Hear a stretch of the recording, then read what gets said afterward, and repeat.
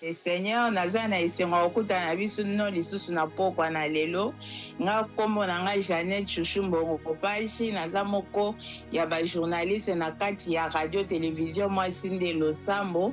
Lelo tokutani na cadre ya émission na biso sur la délivrance. Et lelo toza na sous-thème na biso l'inceste oyo ezali oyo ezo apporter ba problème ebele na kati ya ba famille na biso na kati ya vie spirituelle na biso, mais o bato ebele balingaka kolobela yango te. Lelo tokomeka ko décortiquer un peu thème na biso oyo. Alors na émission na biso ya lelo nazangai moko te, toza na invité na biso o tokosenga na ye a se présenter po toyeba na kokota na thème na biso ya lelo. Merci beaucoup. Tokosenga na mama na biso appelle sa peuple de Dieu Mbote à se présenter. Bonjour maman. Bonjour maman Chouchou Mbongo. Maman Soko Koki ko se présenter peuple de Dieu Zoyokayo. Oui, merci pour la parole. Je suis le pasteur Grace Matala, visionnaire du ministère Mwasi Nde Losambo. Ok, maman Grace to se feli na koyamba yo. Lelo tozo lobela sur l'inceste dans nos familles. Na ebite na introduction soko koki ko lobela biso ko pesa biso déjà ba moins détails sur l'inceste na kati ya ba mabota na biso. Merci beaucoup maman pour la parole. Et vraiment sujet le sujet malamu et parfois ils ont tabou na mabota na biso sur l'inceste parce que c'est quelque chose où et salami mingi na mabota mais ba mabota étouffé yango et boya kolobela yango et lelo peuple nzambe et surtout qui bazana se ya malédiction. Alors vraiment en tout cas na sepeli makasi pour na kolobela sujet oyo. Inceste ezali relation entre batu mibale ya libota moko o basangani. Donc bato bazana lignée familiale moko basangisi nzoto yango babengi inceste. Merci pour la parole maman. Maman okoki koyebisa biso lobi keza même bato ya famille moko basangani basali inceste. Est-ce que tokoki yeba ebandaka souvent ndenge nini pour que bandeko bakoma tina niveau wana parce que biso leti na ba famille na biso ya Afrique toyebi ke toboko makesika moko bana ya banoko ya batata mwasi ya bayaya ya baleki mais siko makanisi wana erutaka wapi pour que bayaya na baleki to bato ya libota moko bakoma na niveau ya kosala inceste. Merci beaucoup maman Chouchou pour la parole. En tout cas, mingi misusu donc togo ko négliger société misusu koko za la papa baboti bana na bango na kati ndaku.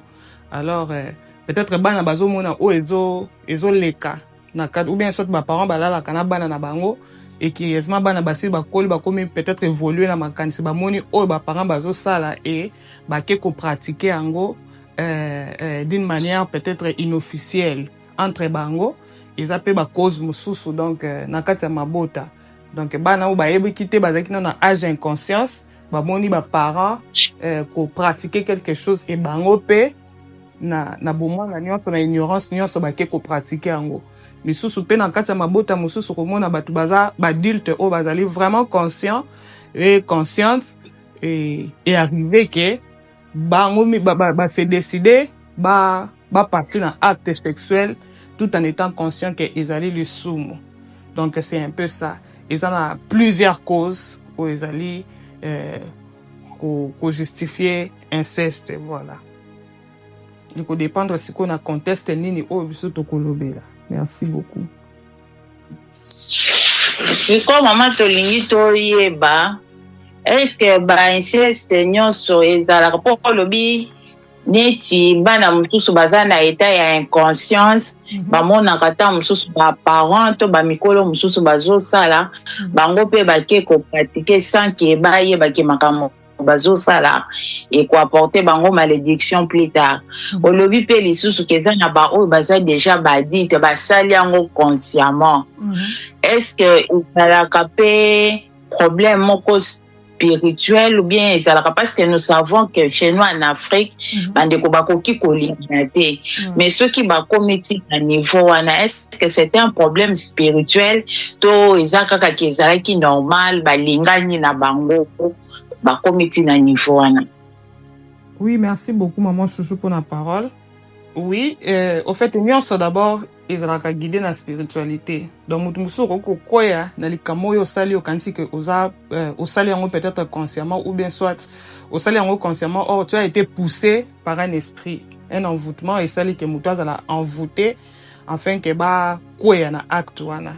Parce que inceste ezali catégorisé parmi les sumo babengi abomination.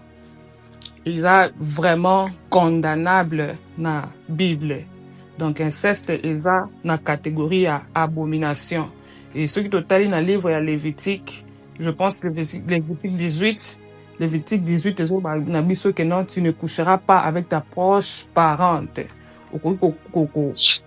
Coucher na proche parente na yote, na ndeko na yote, na yaya to leki na yote. Pourquoi? Parce que ezali abomination. Donc inceste ezali catégorisé na lisumo bazobenga abomination. Merci maman Chouchou pour na question. Je pense que na répondre na uzaki bosenga na yo. Oui, maman Vergère, maman pasteur, tout ça, c'est une question, na lingi na mitu na question curiosité parce que acte wana tango sala makabatu basala kabango mibale babombani. Siko eloko nini yaka kosala que situation wana eya ko bloquer ma vie ya bato. C'est parce que le bi keza acte moko déjà ya abomination ndé ko ya ko bima bien c'est parce que là un esprit o etinda ki bango na acte wana ndé moto ko bimisa bango na kati inceste.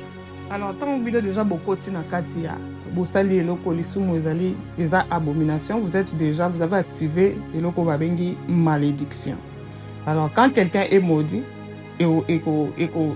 eko bimana physique, eko se manifester na physique. Ndozo mona mutu mususu abandi kokola makambo ezo simba lisusu te. À un certain moment akomi ko vivre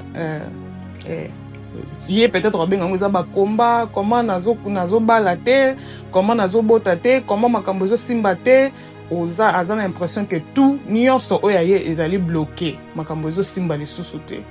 Alors Moutouana vous allez pousser par exemple à Bandako Lukanzambe. Peut-être il y a ça là, il y a un inceste dans âge, peut-être il y a 10 ans, à ça là, inceste dans âge il y a 5 ans, à ça là, inceste par exemple, ou bien soit consciemment ou inconsciemment, mais comme à un certain niveau, il y a vie où tout est bloqué. Nzambe pas ko sala ngolu pas bali mais tam sous sa zobotate. Et sokaza mona nzambe akomi na posta parce que délivrance ezakani no eza prise ya conscience. Délivrance ezali prise et conscience. Tant que comme que non, en tout cas, ça ne va pas dans ma vie, rien ne marche. Alors, à se lancer dans le processus ya kolukanzambe, des processus ya délivrance. Qu'on a quatre ya délivrance, ou on attend un bandit kolukanzambe. Alors, nzamba komi monisa. Parce que la Bible zo banabiso na Jérémie 33:3, invoque-moi, je te délivrerai, je te montrerai les choses cachées. Alors, pendant que vous côté dans le processus ya délivrance, nde nzamba koko banda kotalisa ye au fait origine ya malédiction wana, origine ya combat oya zanango wana, afin que abondela par rapport yango aluka nzambe pour nzambe a accordé délivrance. Merci beaucoup maman Chouchou. Merci maman toyoki ndenge olobi, mais wana eza soki moto azwi conscience. Mais ça n'a pas comme ya moto mususu ayebaka te ke oyo azobika eza à cause ya inceste asalaki peut-être na 10 ans, peut-être asapusanaki na mwa âge ayebi yango te. Moto ndenge wana akoki komiyeba ndenge nini oyo azobika lelo c'est suite à l'inceste oyo asalaka na kala. La Bible dit que vous connaîtrez la vérité et la vérité vous affranchira. Et mon peuple périt faute de connaissance. Donc, ce qu'on a la connaissance, et peut-être ils vivre déjà sous la malédiction, sous un ciel fermé, et moyen oyeba peut-être que non, tout ce que vous allez vivre, ils allaient malédiction. Donc, nzamba mi moni sakana mutu oyo alukie. Donc, c'est vraiment difficile na mutu oyo azo, parce qu'il y a des gens qui négligent peut-être l'aspect wana ya kupusa na pene nzambe tango azomona ke makambo ezo simbate azo trouver un normal, mais comme vraiment très bien tant que mutu siko comme ko sentir que non, en tout cas situation où ça ne va pas, situation où vraiment en tout cas a comme ko ça l'effort ya ko poussa na pene na nzambe, et tant le plus azo poussa na nzambe pe azo mimoni ça peut azo révéler origine ya makambo ya souffrance na, et voilà. Oui, maman, to ko baka na émission na biso tango moto akomi conscient ou consciente ki azobika ba inceste o asalaka na kibomo na to na kibomokolo na ye azwi siko conscience wana ya koluka elongi ya nzambe délivrance ya moto wana po a se rendre compte kabimi vraiment na sa malédiction wana ezosenga ye combien de temps to ba comment akoki koluka nzambe, quel est le procédure moto wana akoki kosala pour qu'il azwa délivrance. Merci beaucoup maman Chouchou pour la parole. D'abord délivrance c'est un temps mon côté fixé, ils en attendent mon biso, c'est pas nous qui délivrons biso, premièrement biso basale nzambe parce que dans le ministère nanga ils ont cas vraiment on a kutani nango mingi, donc mutaye panayo azaki aïe non maman grâce makambozo simbate rien ne marche dans ma vie et tout. Alors vous s'est décidé pour le Kanzambe. Alors je me rappeler d'abord que le ministère où moi Sinde Losambo ils a basé, c'était un ministère tant Nzamba benga qui appelle un ministère oyo. Ce ministère est basé sur la repentance sincère. Donc tant Nzamba benga kinga a pèse un ministère oyo, pèse une mission yako ramener ya komema bana na nzambe na repentance ezali sincère. Donc sans la repentance mutu akokomona nzambe te, et mutu nyonso apusanaka pembeni nanga na bandaka nanu na oyo etali cœur d'âme. Donc oluka nayeba mutu par exemple na solola, si c'est un adulte na meki kosolola, bon ça va problème na oyo eza nini to nini, alors ntango akoexplike nga problème tokoti siko en profondeur toke koluka nzambe, parce que bato misusu akoki koya aza ouvert na yo te, mais molimo mosantu nde asosolisaka biso asondaka mitema. Alors tango tokoluka nzambe a se révéler pe a orienter. Donc ils ont un temps fixé te au biso tokoki koloba ke non soki mutu aza na lien à commettre inceste, tu peux essayer 2 mois, 3 mois, 4 mois, 5 mois, 1 jour, 7 jours, 6 jours. Ils ont dépendre na ndenge molimo mosantu akokamba, parce que Bible ezoloba na biso que la délivrance appartient à l'Éternel. Donc ils ont vraiment un temps fixé te okokoya pe pa nzambe même jour nzamba délivrer yo okoki koya pe pa nzambe oza pe délivrer, mais ça prend encore un peu beaucoup de temps par rapport à pona au mona peut-être accomplissement ya maloba ya nzambe, mais déjà nzambe alimbisaki yo. Merci beaucoup maman. Pa maman tolingi toyeba eloko nini esalaka moto a se rendre compte qu'azobika basumu na ye to azobika balien ya malédiction suite à l'inceste oyo asalaki azolinga luka délivrance make pa mosali na nzambe abandi lisusu kokosa azolinga koloba vérité te. En ce moment là ntango oza mpe na kati ya ministère ozo se rendre siko compte na aide ya molimo mosantu ke moto wana alobeli bosolo te, réaction na yo personnellement ezalaka nini mpe nini okoki oyebisa bato oyo bayaka na ndenge wana bakomi obomba so makambo? Premièrement d'abord soki moto aye abombi, parce que le diable c'est le père du mensonge, moto mosusu akozala na confiance mpe ya basali ya nzambe te vu mpe makambo bato balekisi nango na makambo ya nzambe, peut-être akutana na mosali ya nzambe moko alobali makambo ya vi na ye moto wana akenda koexpose esalaka mpe ke bato bazwa certaines réticences. Mais si quelqu'un est convaincu akoki poser problème n'est pas mosala nzambe wa moni kaza convaincu et mosala nzambe ana ko luka ko sunga parce que vraiment inceste na Bible eza vraiment donc ils ont faire partie d'une abomination selon révélation au nzambe apesanga. Alors il y a une manière aussi de traiter, il y a ko traiter yango pona ko luka ko briser l'alliance wana. C'est vraiment impact très dangereux au ezali ko détruire mabota. Ils allaient à la base de la destruction, ils ont quitté de génération en génération. Et ils ont fait un mouvement pour briser les malédictions afin qu'ils continuent à détruire. Parce que ce côté est bien à ma botte, ou inceste salema, au dans sous génération moussous. Donc inceste et se transmettre dans la génération moussous. Au kabakoko babimaka entre bango bana mo babimaka entre bango na génération wana moussous après génération moussous. Et que cette malédiction encore, il faut que les sous portent dans la génération moussous. Alors, c'est là que vraiment, il faut que les mélapons pour briser en pour quitter pour malédiction et continuer. Merci beaucoup, maman Chouchou. Merci, maman. Toyo Kintingi Tozo, Ozo répondre à la mituna na biso. Na banza mituna na biso ezo songa ba peuple de Dieu c'est kabango bazo landa biso na kati ya radio télévision na biso moi sinde losambo. Maman olobi qu'un test sengeli ko traiter yango po et kendaka de génération en génération.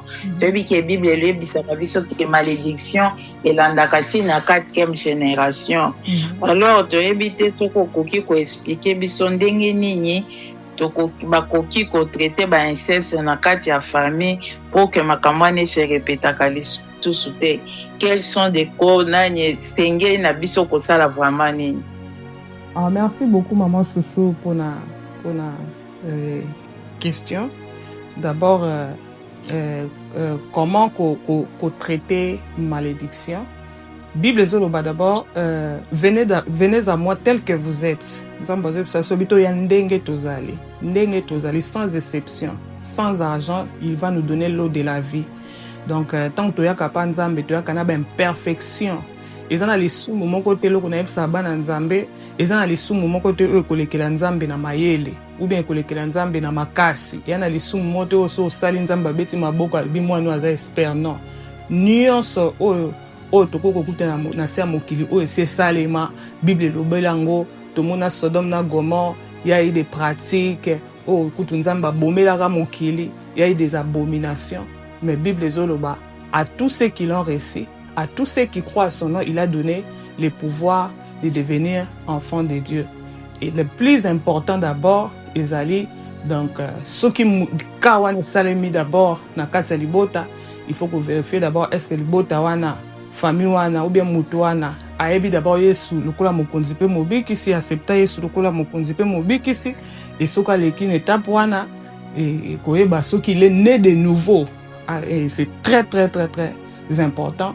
Connaître de niveau kondima Yesu lokola mokonzi pe mobikisi pe ko botama yasika donc parce que yango ndezo pesa yo droit légal ya kozala reconnu comme mwana na nzambe et ensuite mbetsiko kokota na mutu wana na processus o ebengi ya délivrance parce que Bible so que ils l'ont vaincu à cause du sang de Jésus et à cause des paroles de leur témoignage. Et loko elongisa kabana nzambe eza makila na Yesu. Alors on peut expérimenter puissance ya nzambe te sans que osa en commun accord. Tu n'es pas en accord avec la personne qui est capable de te guérir, Jésus-Christ de Nazareth. Donc c'est très important. Muto azo pousse na pene na nzambe azala en commun accord, azala en règle. Alléluia na nzambe akufa na elongo pe asekwa na elongo. Et pour expérimenter gloire ya nzambe na bomoina. Merci maman. Olobi yo moko ozalaka na ministère pe ya repentance pe ya délivrance Est-ce que okoki koyebisa biso baka ya bainceste oyo okutana nango ata obeteli biso otangeli biso bakoma bato te me obeteli biso masolo ya quelque cas ya kokutana nango ya inceste baluka mpe elongi ya nzambe base retrouva mpe na vie comme ça édifie mpe peuple ya nzambe oyo ezolanda biso? Oui, merci beaucoup, maman Chouchou, pour la parole. En tout cas, vraiment, na kutana nango ebele, mon côté, mi balete, mi satute, ebele, mais tokoki pe, kotanga pe, ba kombote, parce que la vie, ya batu ezali sacré, ba vie, ya batu ezali confidentiel. Alors, na kutana nango, ya bani susu, bazali bana, mikolo, bani susu ezali, ke asalaki yango, na moment moko ya inconscience, aebaka te.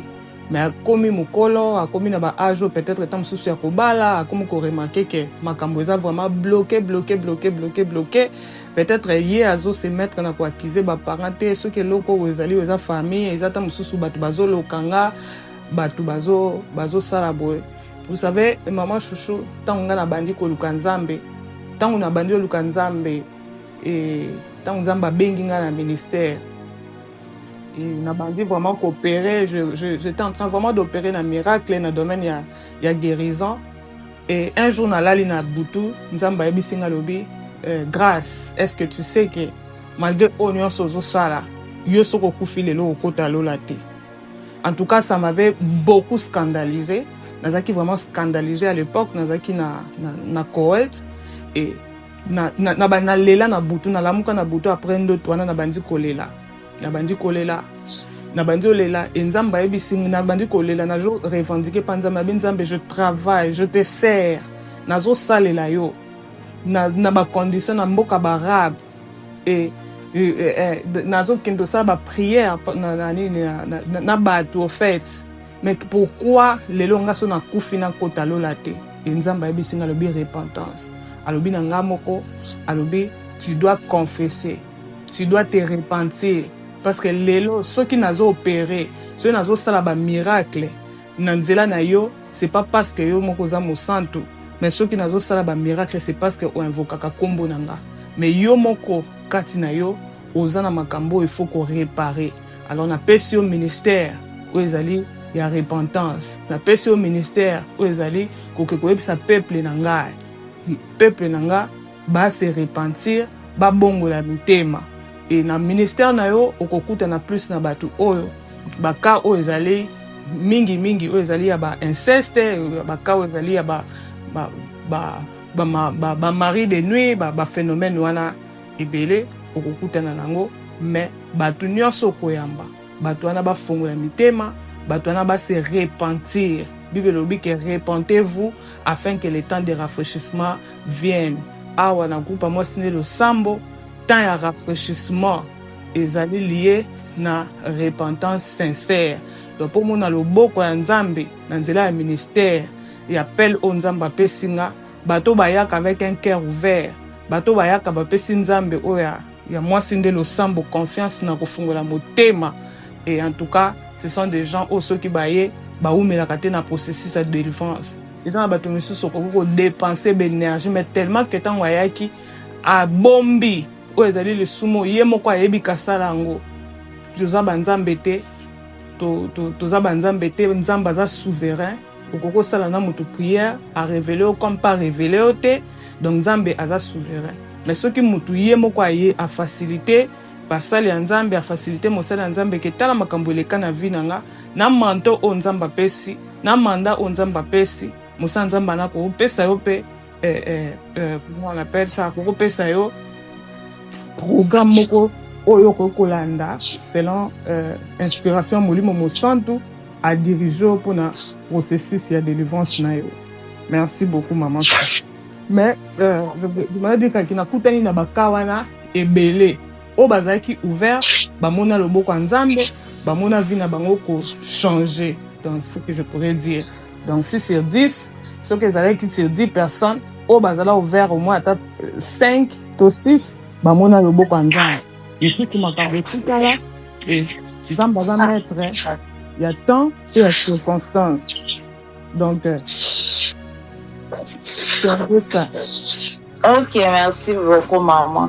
oyebisaki biso ke ça dépend dire ça te, il n'y a pas un délai déterminé mpona moto ayeba ke akomi déjà délivré ou pas. Mais sikoyo tozomona bato mosusu mpe akozala sa pase na ye mpe na baservice ya badélivrance basi basambeleli ye mpe mais situation ezokontinue te koma moto andi wana akoki koyeba ke aza déjà délivré mais azozela kaka ta ya nzambe esakomple na vi na ye. Merci beaucoup pour la parole.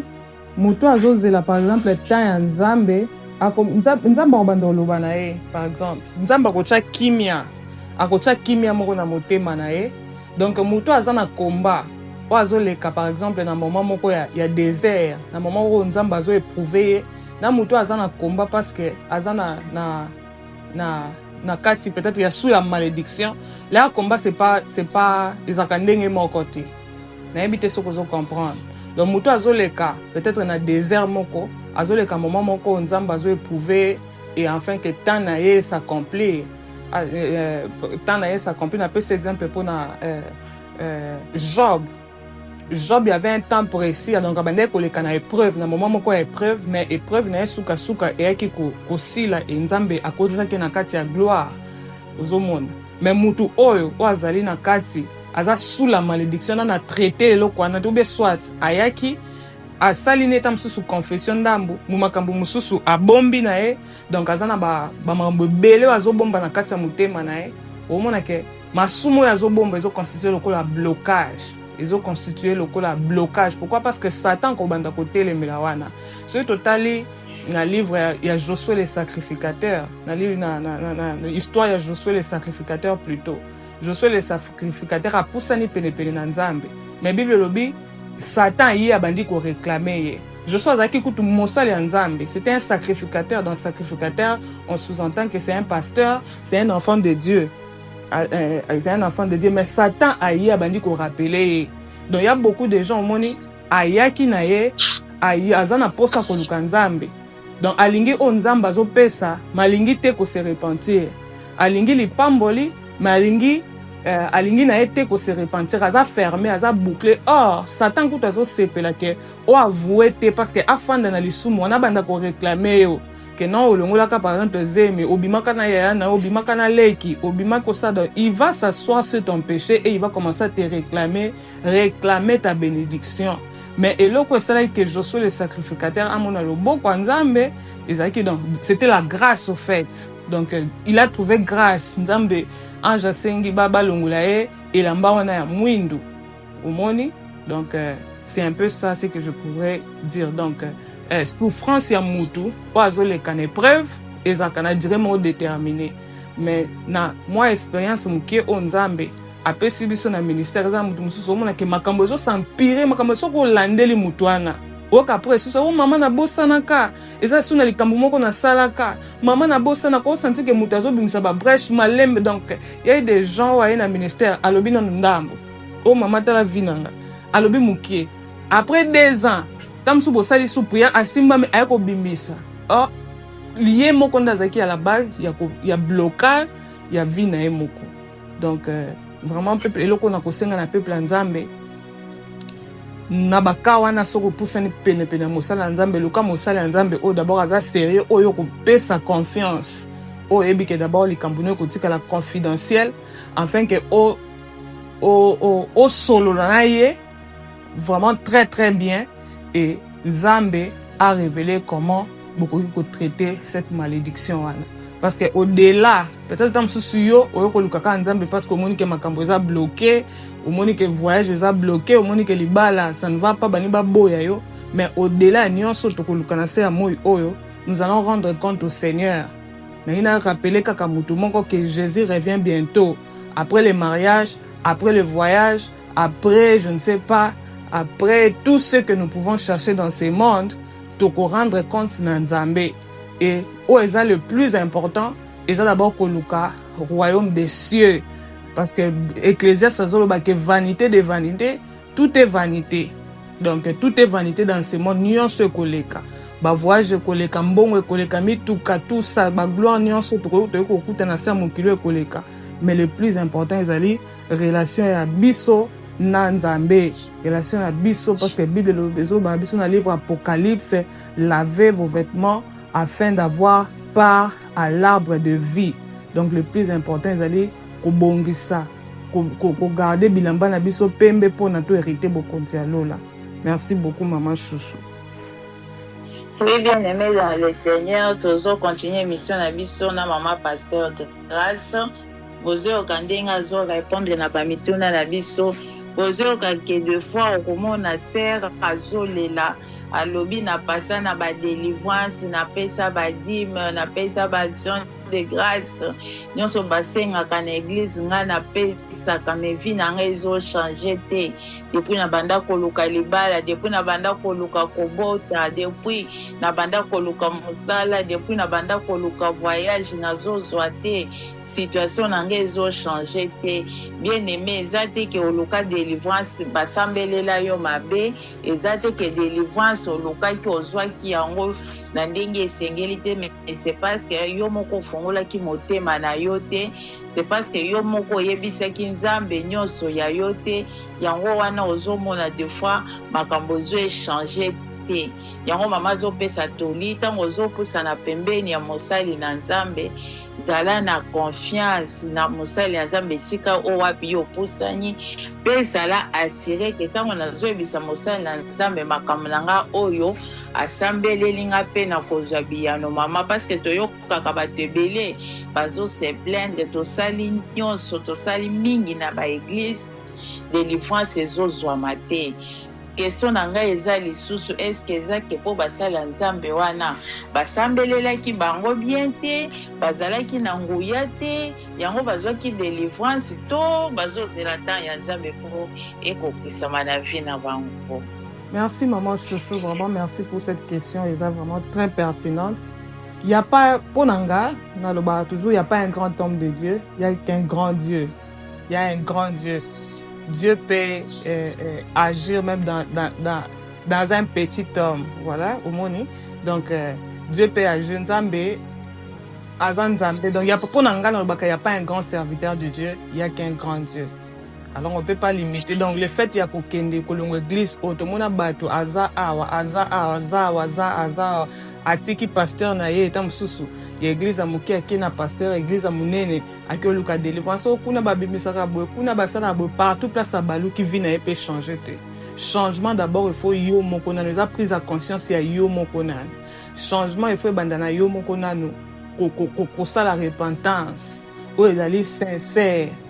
Repentance sincère, raison pour laquelle d'abord pour maman grâce parce que qui kuna l'église ya maman grâce par exemple le ministère batu babotaka o kuna tamsusu asala ka non, donc zala na révélation ya maman grâce, zala na révélation ya pasteur ozokende lelo batu bakoma kokota na l'église na fanatisme, lelo batu bakoma kokota na l'église parce que tamsusu kuna non zo ba relation bien kuna na kosala bona ba motivation ebele. Donc azokota na église peut-être il a ses propres motivations, mais c'est très important, c'est très important, c'est parmi peu la discipline oyo nga moko pendant que na banda koluka ba délivrance nanga ba parmi ba discipline on a joie ezali yako koza na révélation ya mutu nini ozo s'attacher, parce que quand on a la même église les gens batu misusu ba baby sus ba empire makambo na bango kana kati na ba église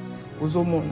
Donc c'est qui est d'abord très important, c'est la révélation ya mutu oyo ozokende pasteur nini o azali na clé ya délivrance na yo. Donc kota na non na mabondeli yo mutu ozolekana na kamoko boy et koza la pe inceste te mais na problème mo boy avant kende na ko consulter mutu kota na prière bondela na nzambe sala na o ezali auto délivrance et senga molimo mo santu a orienter yo. Mususu, la personne qui a la clé de sa délivrance, c'est pas ici qu'Ozali, mais qu'Ozana Mususu. Donc, au monde, pendant que j'étais en train de vivre, on a bandit vie chrétienne avant que vous ayez Moussa Nzambe, j'avais vraiment des combats qu'on nécessitait de délivrance. Et un jour, j'ai prié.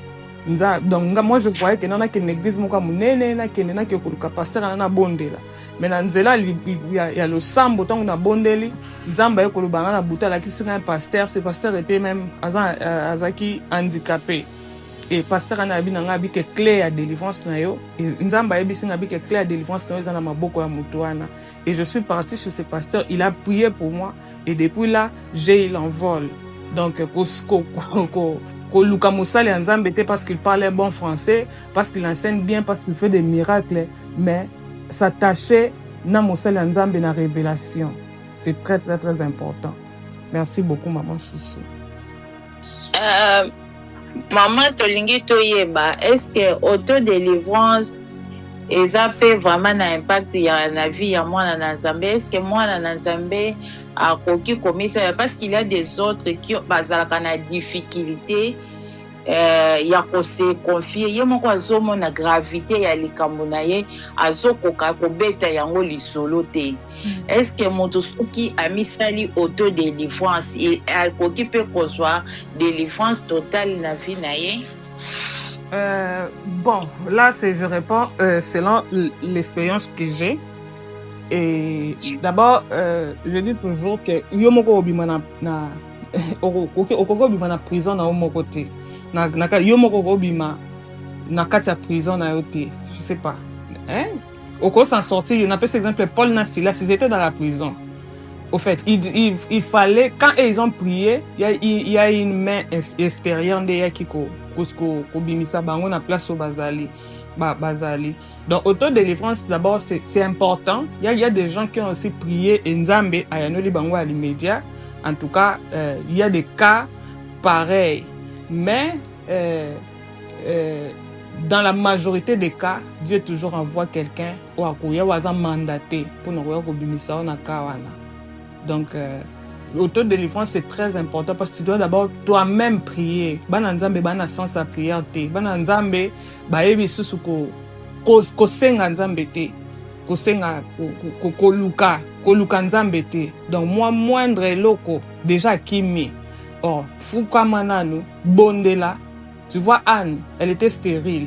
Anne, elle partait chaque année, elle partait à Silo, elle partait prier au monde. Et déjà sa prière on est qui autodélivrance. Quand l'homme d'ailleurs tant l'homme de Dieu l'homme de Dieu a ébissé le but que non tu es en train de abétissé par Libakou, Abi va passer ton ivresse ailleurs aux homona. Alors mais elle-même elle priait pour ça, c'était une autodélivrance. Donc la déclaration simplement de l'homme de Dieu a fait en sorte que Abima na katia ya combat oyazaki nango. Éviter ce que vous comprendre. Donc elle avait déjà prié, elle a cherché Dieu et le Seigneur a utilisé son serviteur pour déclarer simplement les paroles et abima. Donc c'est très important de faire l'autodélivrance parce que quand tu pries là, Dieu est en train déjà d'exaucer. Mais il y a des cas qui nécessitent que quelqu'un qui est mandaté pour ça, pour qu'il puisse te faire sortir dans cette prison. C'est aussi vraiment très important. Parce que ça habite la prison dans mon côté. Donc il faut une main extérieure. Attends la vie physique, la prison. Biso bato tozaka libanda nde tokendaka. Toke kosalela ye, comment on appelle? Toke kolatela ye, toke kosolana bato bazana ba prison tolandela ye pour mutu wana to bimisa ye. Alors c'est comme ça aussi ça fonctionne dans la spiritualité. Bon, ba prière musu mutu pa ko sala pe surtout qui peut le lien wana katani et tout, oui ça existe. Donc je dirais oui, je dirais non aussi. Voilà. Ok.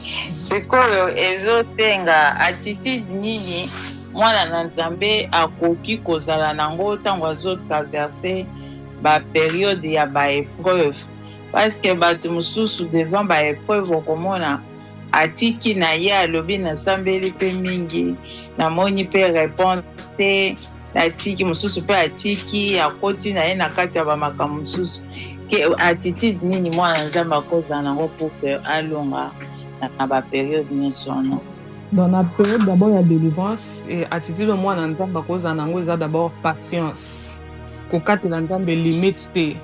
Donc bato mosusu baka na présence ya Nzambe bamipesi déjà limite donc bitumba il faut na bunda nango ka 3 ans, il faut na bunda nango 2 ans. Donc toloba aye déjà azokata déjà balimite soki amoni ke non aprie moi 2 mois esimbi te achange oki ekuta na église mosusu le bénie de Jésus soki kuna esimbi te okumoni esusu kuna omoni partout pasteur nyonso azobima soki ayoki kaka ta na télévision akei bana na nzambe baza lisusu na patience te et à part patience ezali foi. Bible dit que si tu n'aimes ne serait-ce une foi comme une graine de sénévin, tu vas dire à cette montagne de sauter. Donc, mingi pe ezali manque à foi. Ok, maman, toujours continuer dans le cadre de l'émission na biso. Mais ça, na motuna moko na tuna kiyo sur l'inceste, baka nini oyo kutana nango, oyo nzambe na nzela na yo a délivrer ba sœur, to ba frère na biso nde ona lingi na yeba. Oyo koki osunga pe mutu moko aza pe na kawana mazoyeba te abandela nango wapi. Topesi maloba mama. Ah, merci beaucoup maman Chouchou. Liboso na lobaki d'une manière un peu vague, mais lokolo oza insisté. Bon, au fait nakutana na ka liboso, ezaki na couple moko bayaki pa na ngana bondela pona bango. Moi ça bandai ko bota te. Donc moi ça bandai ko balaki, ça faisait un peu 3 ans, 4 ans de mariage. Azo concevoir te. Et tant waye pananga na ye ko bondela pona moi si maintenant bado yeb sanga bi que no problème ezana ngo vraiment pas moi cité mais problème ezaka et pas mobali. Alors na lukaki d'une manière ezaka sage que na bondela na luka mobali peut-être na solo na mobali et tant on a koti na prière na kati ya prière nde nzamba eko révéler eloko moko eko révéler que non asalaka mobali asalaka inceste. Alors on a vraiment que ezaki dossier moko ezaki très très très délicat. Et tant on a solé na mobali ayebi sanga bi oui na yebisi o nzamba o molimo mo santo révéler nga bi non nzamba révéler nga que problème ya conception na yo ezali parce que c'est une malédiction quoi. Est-ce que ezana eloko moko te c'est pas ça du genre inceste na vie na yo to na famille na bino ayeko ko azaki pe sincère ayeko avouer à lui que oui nga moko nazaki victime ya inceste na ndeko na nga moko ya mwasi et tout ina lisungi pe nzambe na kidaka pe tellement que aiki ko stanga en contact na ndeko mususu ya mwasi. Alors na ndeko na yango ya mwasi ina aiki vraiment ko bondela et tangu to bondeli na bango parce que ça vraiment dossier moko ça très très très très délicat. Donc to bondeli et nzamba eko révéler sikoyo ndeni bakoya kosala. Donc il fallait ba élever hôtel pour na ko briser babiloko wana ko briser lien wana ya malédiction. Donc bazaki soumis na programme moko ya prière ya 21 jours. Tout ça la jeune Isaac jeune ya Daniel mobali a prié cousine na ye a prié et tant to ki ko bondela nzambe vraiment aiki ko accorder bango pardon et a révéler vraiment mobali selon na Bible il y avait un verset à lobaki donc à limbisi masumu na bango. Donc il est l'agneau de Dieu qui ôte les péchés du monde. Donc nzamba lobaki yango bongo abike il a ôté péché wana malédiction wana. Donc après toi qui komona pe bilembo que nzambe vraiment agréaki prière na bango et umelaki susute nzamba aki ko pambola libota wana baaki ko zwa mwana nzamba aki ko pambola bango apesi bango mwana ya mwasi et en tout cas c'est une famille qui est bénie lelo bakomi na bana bango ebele. Donc nzambe vraiment a se manifesté qui peut répondre qui bango na nzela lo sambo alobi que il est l'agneau de Dieu qui ôte les péchés du monde. C'est la raison pour laquelle vraiment j'aime Jésus. Donc ezana masumu mususu koko sala nzamba limbisi me ba conséquences etikali kolanda biso mais ezana masumu mususu ka nzambe wana a se présentaka comme aussi l'agneau de Dieu qui ôte les péchés du monde. Donc c'est vraiment très important na domaine wana. Donc tango zo ko bondela nzamba rassurer yo que alimbisi parce que ezana pesi exemple na physique mutu muso ko za la sali kindumba aki azwi sida tango ayepa nzambe Dieu est un Dieu miséricordieux. Donc alimbisi tango asengi pardon peut-être pour l'impudicité nzamba alimbisi mais sida wazaki nango par exemple etikali mais nzambe wana pa koza alimbisi na masumu alimbisi pe na abikisi pe na maladie. Donc c'est ça ce qui était fait aussi avec cette famille lelo nzambe vraiment apesa bango pe bana. Donc origine ya stérilité wana c'est kanda ya nzambe par rapport ya vie passée ya mobali. Donc c'est un peu ça, maman. Merci maman. Merci tolandi biso nyonso makambo mama pasteur azobetela biso lisolo sur les cestes dans nos pays.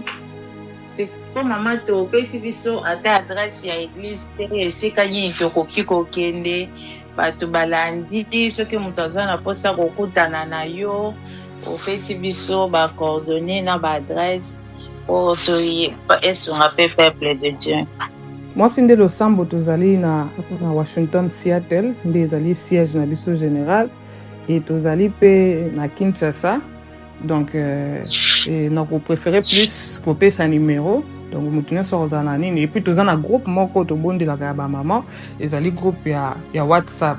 Alors nako préféré mutu nyonso aza na posa ya kokota en contact na biso akoki kobenga na +1 720 885 1949 na bongo tokopesa ye adresse akoyeba ndenge nini soki azali, parce que tozo neti na groupe na biso WhatsApp toza de partout, bato ya Chine bazali, bato ya Congo, bato ya Maroc, bato ya Kenya, bamama nyonso ya Kenya. Donc j'en profite de cette occasion pour saluer bamama ya Kenya partout.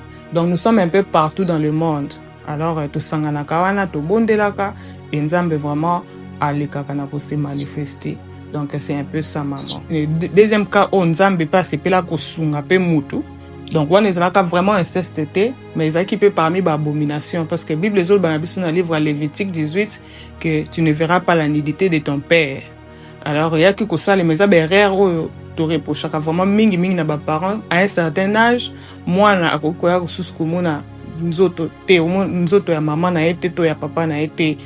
Donc il faut que to beta en tant que ba parents, en tant que ban nzambe, en tant que ba pasteur to beta vraiment c'était, parce que Bible yango moko zo ba na Lévitique okoki komona nudité ya ba parents te. Ils en a ban ebele ba mona ba nudité ya ba parents akoli azoba te. Pourquoi vina zo simba te? Pourquoi? Mais par erreur amonaka nudité ya parents na inconsciemment à réparer en côté. Donc azolela ke makambo zo simba te, vina zo simba te, ils appellent une des causes. Ils a qui nan de komoko pe sa vie ne marchait pas. Donc à se retrouver que donc elle était dans cas il y a célibat au fait de toute sa famille, bande nyonso babala qui azaki né des familles, rien ne marchait dans sa vie. Et tant que bandi ko lukanzambe toye kokota na prière nzamba lobi ki asala repentance. Alors asala ki repentance pe, mais abane ko se souvenir te, parce que c'est quelque chose asala ni na bumwana. Mais moi mo santo ayeko tant to koti na prière de BC na PC programme ko prière asala ya 3 jours et nzamba ayeko révéler et loko ele kaka zalaka mwana mukel avec que 5 ans, 6 ans. Donc autaka classe et par hasard ayeko mona ayeko se retrouver que ayeko kota na chambre afungoli chambre akuti papa na yazaki vraiment ni et papa vraiment asepela kata sili kaka makasi. Ayebi c'est pourquoi osali bongo et obité koza maudit, même ka seule parole alobaki na ebo ezaki yangwana be obité ke osali anoza maudit. Et depuis wana même relation na ina papa na ezaki susu bien te et tout. Alors eleka nango pe azaki pe moi muke pe babosana bazongela na bango nini nyonso, mais yoko koma ke la fille ezaki donc vie ezaki bloqué, tout ne marchait pas. Alors tant nzamba eko révéler, il fallait toko en contact na lisunya molimo mosanto et tango nzamba révéler na eko kobondela na sengi nzambe vraiment a orienté nga, parce que c'était un dossier délicat et le Saint-Esprit m'a dit de na contacter papa. Et tant qu'on a contacté papa, tout solo na bi papa na bengi pour na cas tel est-ce que vous se souvenir, mais c'était pas vraiment facile que papa déjà que sujet moko un peu tabou, un sujet mot de honte, mais le coup la papa zaki pe chrétien zaki mwana na nzambe papa aki konzima et même si na bi vraiment za papa merci et molimo mo santo aki vraiment orienté biso après si biso directive o sengela kito sala et na directive wana. Donc moi il fallait ça la sacrifice moko ça la offrande, ça les loko moko ko sepelisa papa na e apesa papa na ye et puis apesa offrande moko mwana apesa papa na ye quelque chose o papa na okende ko élever hôtel pona a longola ezali malédiction parce que pouvoir nzamba apesi pouvoir d'abord na baboti premièrement nzamba apesi pouvoir na baboti donc nos parents baza banzambe na biso ya se to honorer bango et puis apesi pouvoir na basali pe ya nzambe donc tango papa kendaki mwana asalaki mpe ndenge molimo mosantu akambaki ye e asepelisaki motema papa na moke oyo azalaki nango e apesaki sacrifice moko papa ake nango na hotel ake nango ti epa mosali ya nzambe esika bandaki kobondela expliquer problème et mosali ya nzambe wana abondelaki mpo na bango mibale et vraiment en tout cas sa vie n'a plus été les mêmes depuis ce jour wana et aza na processus ya délivrance mais au blocage ezaki liboso en tout cas efungwama et azo évoluer malamu na kati na Yesu donc c'est un peu ça. En tout cas maman ka oyo uti koloba ya suka oyo c'est un cas très délicat tokozongela ngo na sima na mikolo ezoya po tolobela lisusu comportement ya baparent envers bana na bango o surtout bamama bango mpenza bamonaka kolongola bilamba liboso ya bana na bango ezalaka problème te bazobosanaka eza bamalédiction oyo bazoporte likolo ya bana na bango. C'est vraiment une grande merci malédiction. Merci merci mingi nayebi te soki ozalaki na mwa likambo na 2 minutes oyo etikalaki motuna oyo totunaki yo te oyo ozalaki na posa o répondre biso soki okoki koyebisa biso mpo totikali kaka na 2 minutes mpo tosisa émission na biso.